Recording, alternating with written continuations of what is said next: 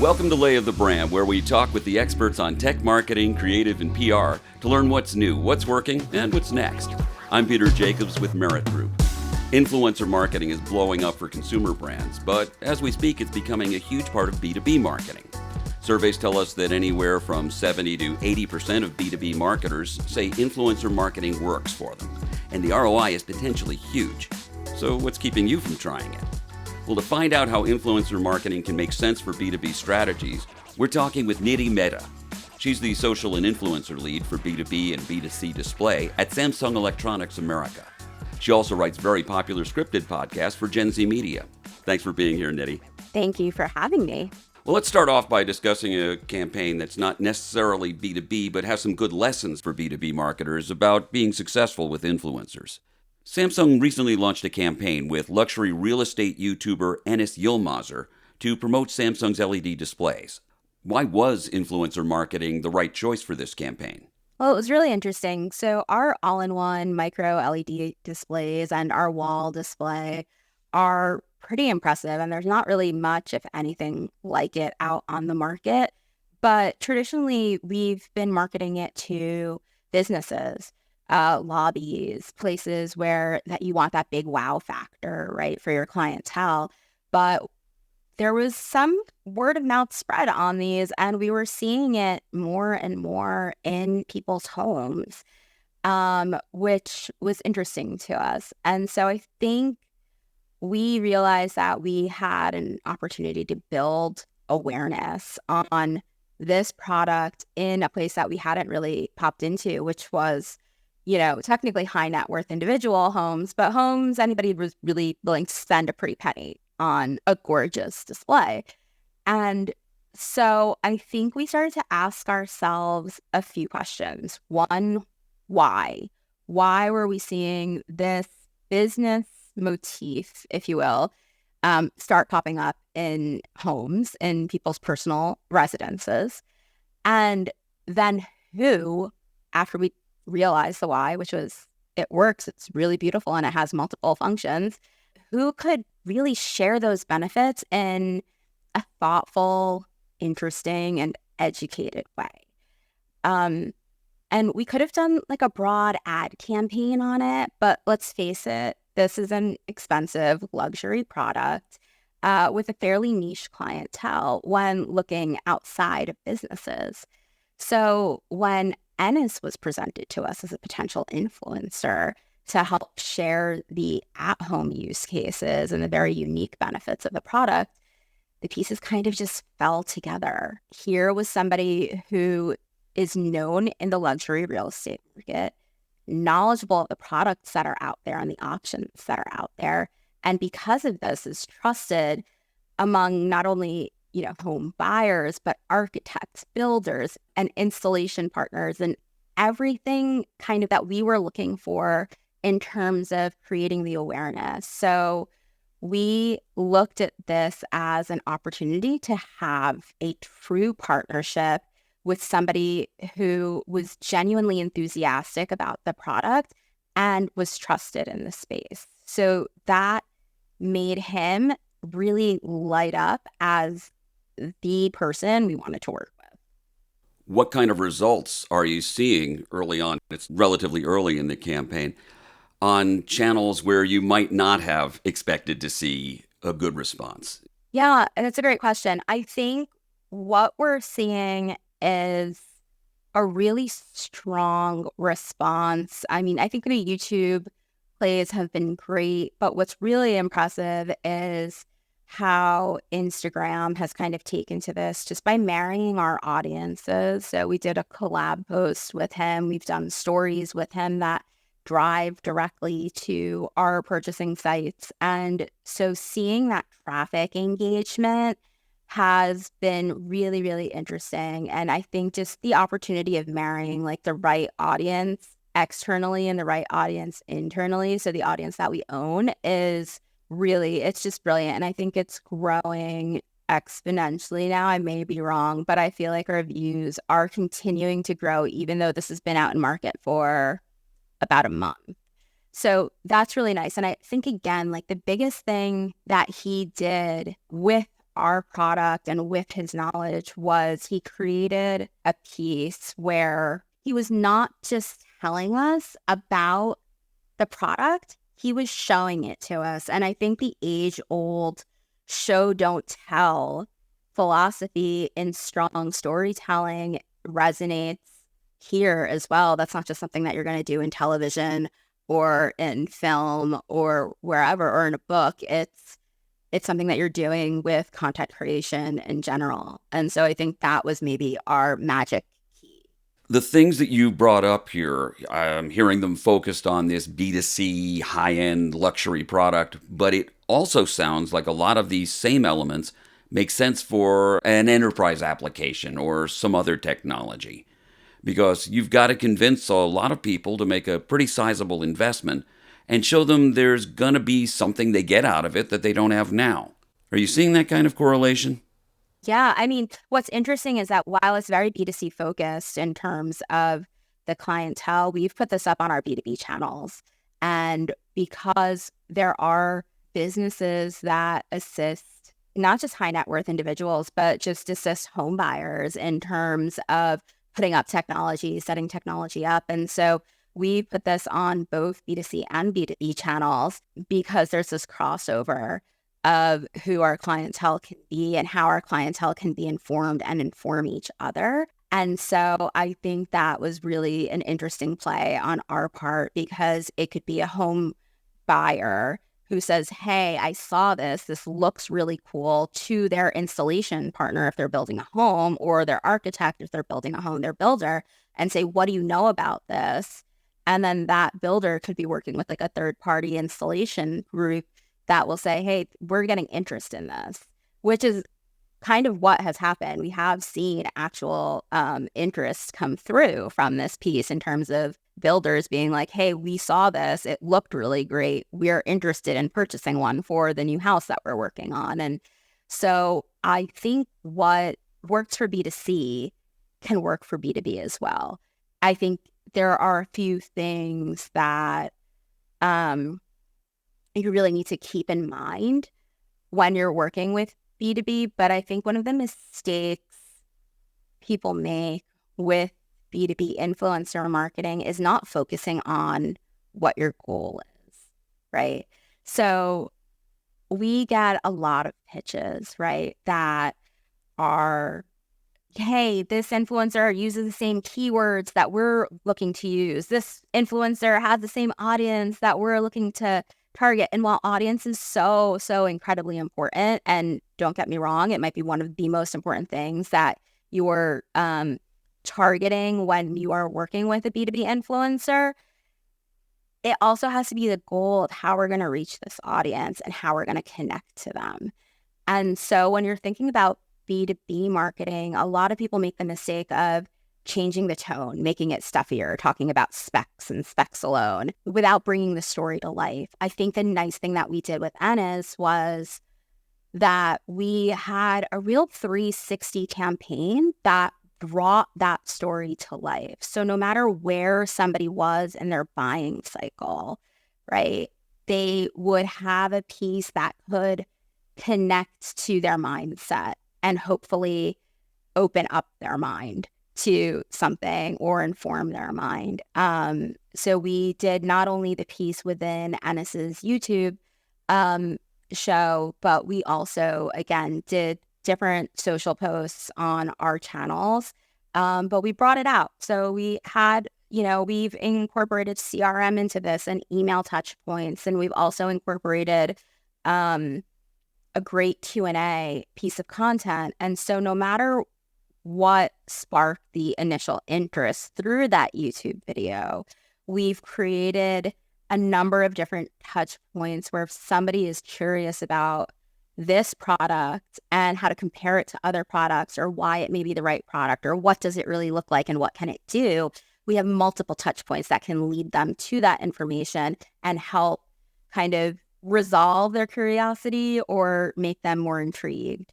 And I think that's something different from B2B and B2C marketing, because B2C marketing, it's very much like, hi, I connect to you as my audience member by just being some version of myself. And I have tummy troubles and these probiotics really help. And if you order from me, you get 50% off your first subscription. And it's a very short buying cycle. It's like, hey, I have some gut health issues too. I will purchase this and see if it works for me.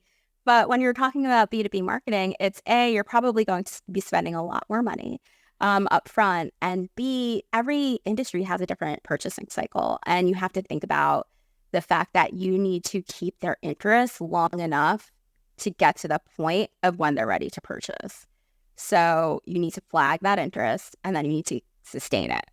One thing I heard you talking about was how you're engaging somebody. And while obviously, as you said, there's differences in the methodology and the mindset of what goes into a B2C versus a B2B buying cycle, you're not selling to a company, you're selling to somebody in that company. So there has to be both the practical and the emotional engagement. And that seems to be where influencers can play a really strong role.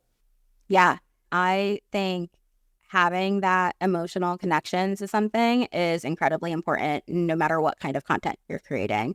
I've created content I've worked on soap operas and written for network soap operas. I've worked for overseas tween shows. I write for a scripted podcast when I have the opportunity to.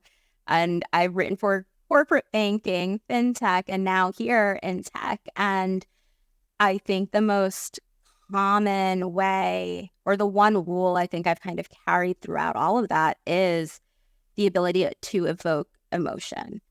And that, I mean, what do you think about it? What are you looking for when you're watching a television show or a movie or even like a news cycle, some sort of news cycle? Like something is creating your interest, making you really, really like engaged in who the people you're watching are, what the story that they're telling is, enough to go have a water cooler chat about it at the office the next day.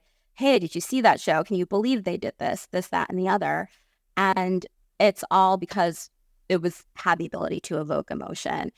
Influencer marketing is no different. You need to be able to, for a B2B audience specifically, you want to evoke the emotion of, hey, my business needs that, or hey, that can solve for this pain point that we're facing. That can elevate the customer experience for my customers. This will set us apart from everybody else if we, use it like this. And also we really pride ourselves on working with our B2B customers as partners and creating solutions and creating use cases that really suit them. So what's cool is that when you get an influencer on the B2B side who understands that and can assist in that and be that partner as well, it's pretty impressive, but it's also very effective. I have an example if you want me to share. Sorry. Yeah. I'd love to hear an example. So we worked last year with, for a couple of years we've worked with him, but we worked with an education influencer last year. Now, when you look at like numbers outside of YouTube, he had a moderate following. It wasn't anything mind-blowing, right?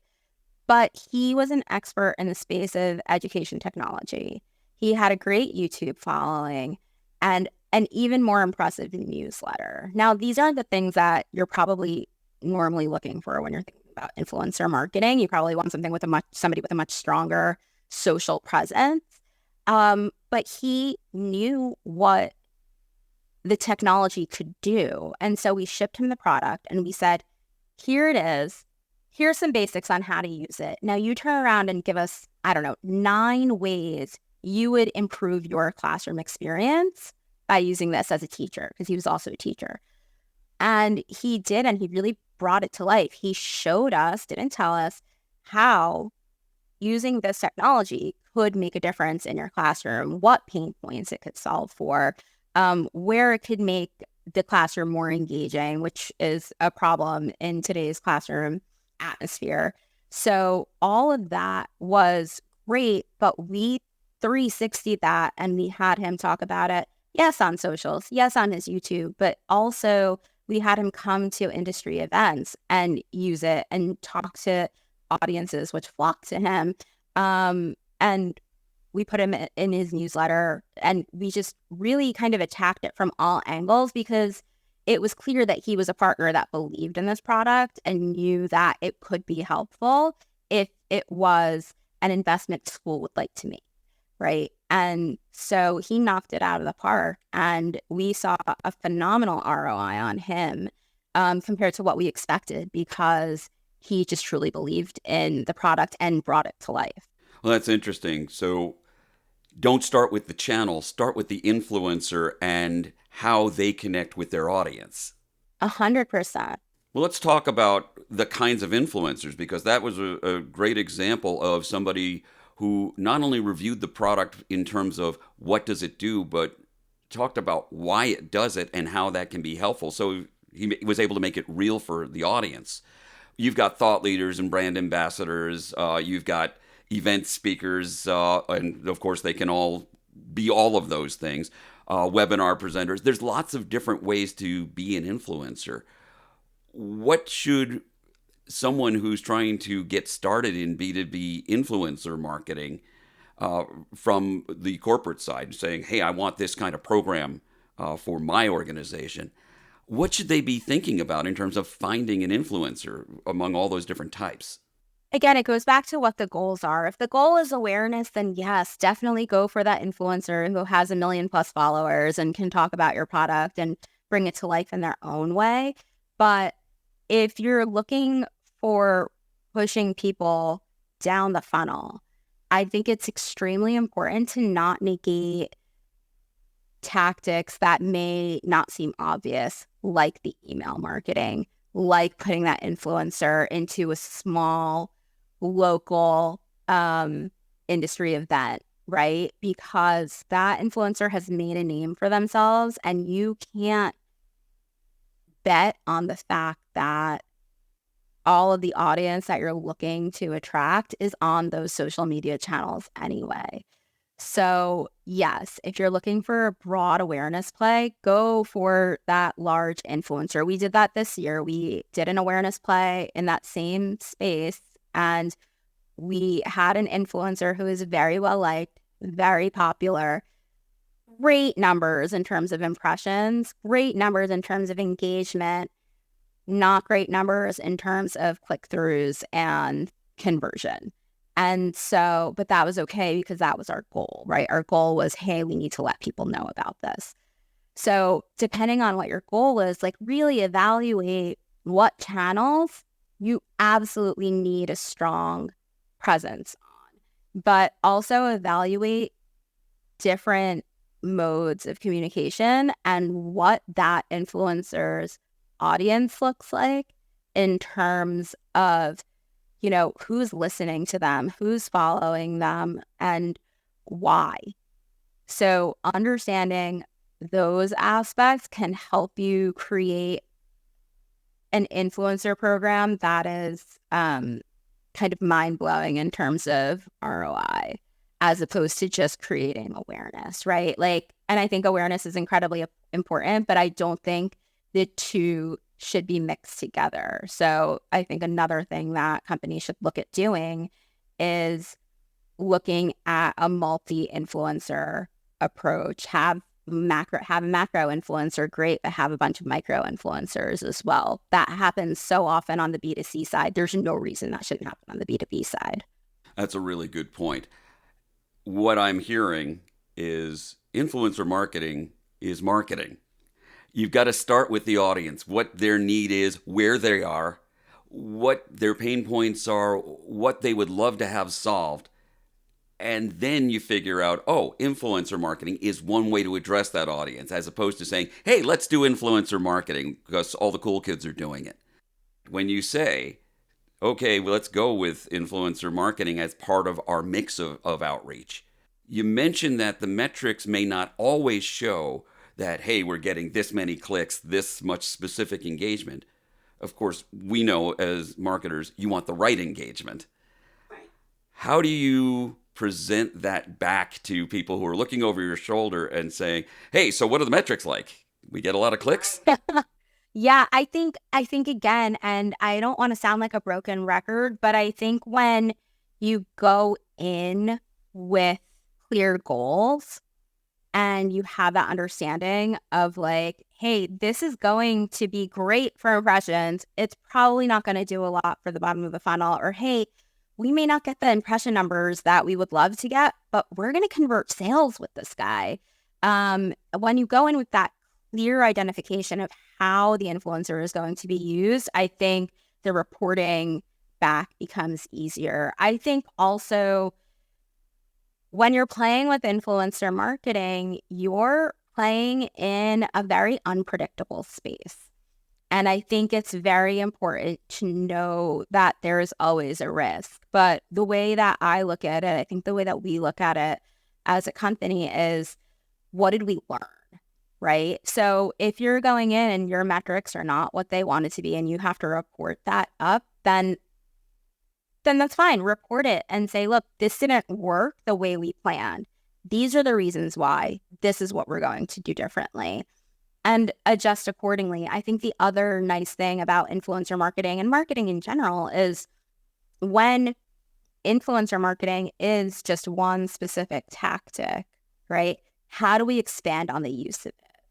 I think it's so important. I think having rights is so important. So when you're getting that influencer, make sure you have the rights for the usability of that content across different tactics. So, hey, it didn't really work here, but maybe it'll play well in CRM. Let's throw it in a CRM and like tell this story again in a different way. Let's make sure we're sharing this video on our websites. Let's make sure we're kind of blasting it across tactics to increase metrics, but also let's not be married to it, right? Maybe we know what didn't work here. So now how do we find somebody mid-tier, mid-campaign that works in the place that we did not see what we wanted to see? And how do we pull that in from what we've learned? It's kind of a long game that you have to play. It's always going to be a test and learn. I don't think there is, and I could be wrong, but I really don't think there is anybody who knows exactly how influencer marketing is going to play out. You can judge by the metrics you've seen in the past, but algorithms change on the daily. There's always something new. There's always someone new. And so the stronger you believe that you have the right influencer with the right product or the right campaign, and the stronger that can work as a partnership, the safer you are. And then you can continue to iterate as necessary. So how are you identifying the right influencers? Especially, as you said, you could go with a campaign that has macro influencers and a bunch of micro ones. How do you even find them in the first place and determine if they really are a decent fit for you? We're pitched influencers all the time. Bottom line is I start with who they are and what they're talking about, right? Who their audience is I think, so prime and so key, because you want to make sure that even if they have 1,000 followers, right? What percentage of that followership is based in, again, if you're working with an education product, what percent of that followership is based in education technology? What, if you're working on healthcare, how many of those followers are in the healthcare field? Where are they located? I think the more you can cut down into the demographics of the followership, the better. But I also think there's a lot to be said for this person's presence, their accountability, and their willingness to not just be somebody who is showing your product and saying, hey, this is really cool for XYZ, but showing why and making that connection. I think I really consider influencer marketing as mass networking, right? Like you want to make the right connections. And so the more you start looking at, is this person the right person to network with in terms of getting the right people to connect to you, the more you start looking at it from that angle, the better off you'll be in the long run in terms of pushing people down the funnel, bringing in more business. Influencers aren't there to just throw out all the facts and specs of a product or a service or something you should buy, because there's plenty of ways to get that information. And that's a different part of the customer journey. Influencers are telling you a story about how this is going to impact your life in a positive way. Whether that's your personal life because you've got this humongous, wonderful screen in your house, or your business life because now here's a new operations management system that's going to give you much more productivity, or some new devices that makes everybody much faster and more accurate at doing their jobs no matter where they are. So they're telling stories. They're storytellers. You're a storyteller. What makes for a good story to motivate the kind of response you're looking for? Yeah, and I think we touched upon it earlier, but it's emotion. At the end of the day, someone is going to say, I need that, or I think I might want that, or I need to know more. And the way to create that connection isn't just the curiosity, but the emotion that comes from the vision being built, right? When I'm building like a television show or anything scripted, I'm not just thinking of the plot.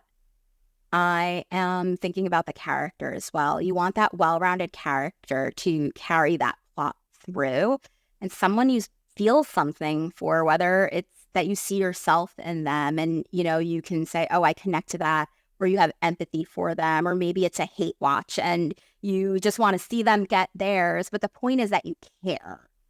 And so I think storytelling in general is about making people care. And if that means like, hey, I care about how my clients are going to experience the waiting room because this is a healthcare facility and, they're here for probably something that's not great.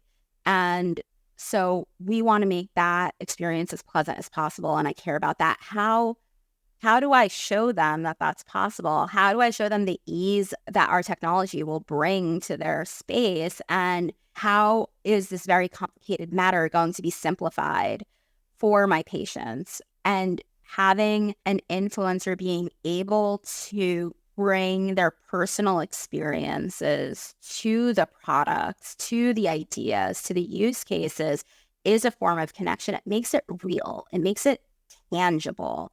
And I think when things become more than just an idea, that's when it starts clicking. That's when it starts resonating within through that emotion. And I think that's the absolute most important thing to do, whether it is writing, a daytime soap opera, or you're working with a, multinational corporation and you're trying to bring humanness and real life solutions through technology. A truism that has stayed with me throughout my career is that you've got to make it real for people. You have to figure out how to engage them emotionally by showing them you're going to give them control over an uncontrollable situation, or you're going to save them or make them money, or you're just going to make them the hero of the story because they solved the problem thanks to what it is you do. Are there other truisms, things that have stayed with you over time that apply still and that you see you'll keep using? Yeah, I think emotion is the biggest one. I think knowing your audience is incredibly important and understanding them is incredibly important. Throughout all my content creation iterations, I think it's only ever been about connection. How do you form that connection, right? And how do you make that connection feel real? We're in a world right now where it is harder and harder to connect, even though it's easier and easier to connect. So where do you bring that human and humanity to different stories that you're telling? I write about cyborgs, but people are crying. And I'm not kidding. Like that's, there's a robot as a main character and people are crying over her. And it's how do you make people understand that we are all just people and we're looking for a connection to bring joy, to better our lives, better our businesses. And how do we do that in a way that's so relatable that they can carry it with them into different parts of their own lives? So I think that's the biggest one for me. So, as we're heading into 2025, what's looking different for you about influencer marketing, and what are you excited about? Oh, it is an exciting space because it is always changing. I think what we're seeing is on the B2C side, I think we're seeing a lot of change in how people are relating to some of the mainstream influencers.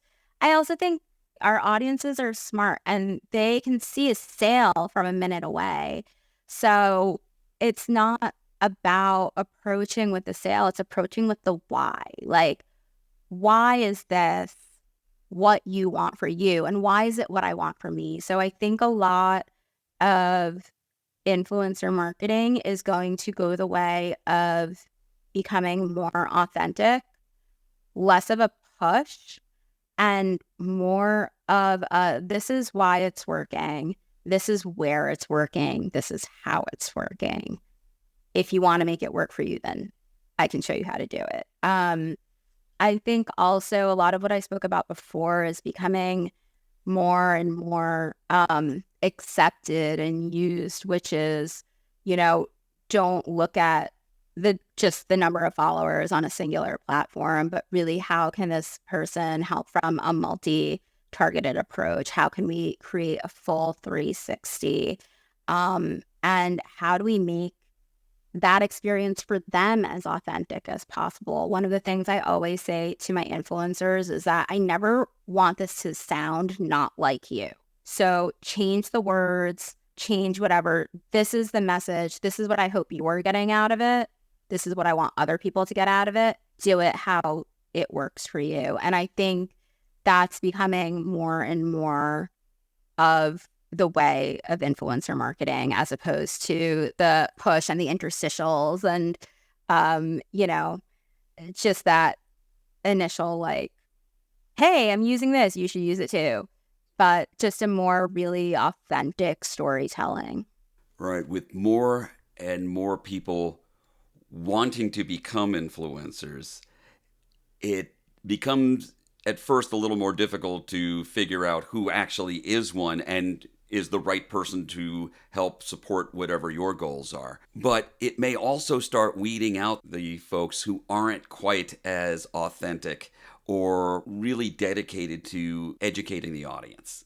Yeah, I think the other thing that is really interesting about that, in terms of more and more people wanting to become influencers and thinking they are influencers, is that people with smaller audiences tend to be more believable. Their audiences trust them. They know that it's a game. They know that, but they also know that, hey, this person has, 9,000 followers. Great. But I would say the majority of them feel like they know them personally and that they trust them. Whereas with a larger influencer, it's like, hey, this is, your A-list star, essentially. They're like, oh, they're getting paid so much money to do this. And so that trust goes away. And so they're less likely to take some of the influencer marketing as seriously that's coming across their feed. But I think there's something to be said about looking at smaller communities and utilizing them in the future in terms of sharing your story, because it's not like they're going to be making $1 million off of something and that's why they're pushing it. It's, hey, they're using it and it's real and they like it. And so this is their recommendation and their audience believes them. So, micro influencers are definitely something that should be looked at. Excellent. Any other thoughts for us, Nidhi? No, it's been such a pleasure to talk to you. Thank you so much for your time. Well, thank you. I've been talking with Nidhi Mehta of Samsung Electronics America. And thanks to all of you for joining us. Lay of the Brand is brought to you by Merit Group, an integrated strategic communications firm that blends the best of PR, marketing, and creative to help our clients tell their stories and build business. Got a topic suggestion or want to share feedback?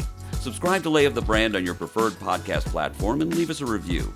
And please spread the word and tell your friends and colleagues to tune in as well. To learn more about Merit Group and the show, check out layofthebrand.com.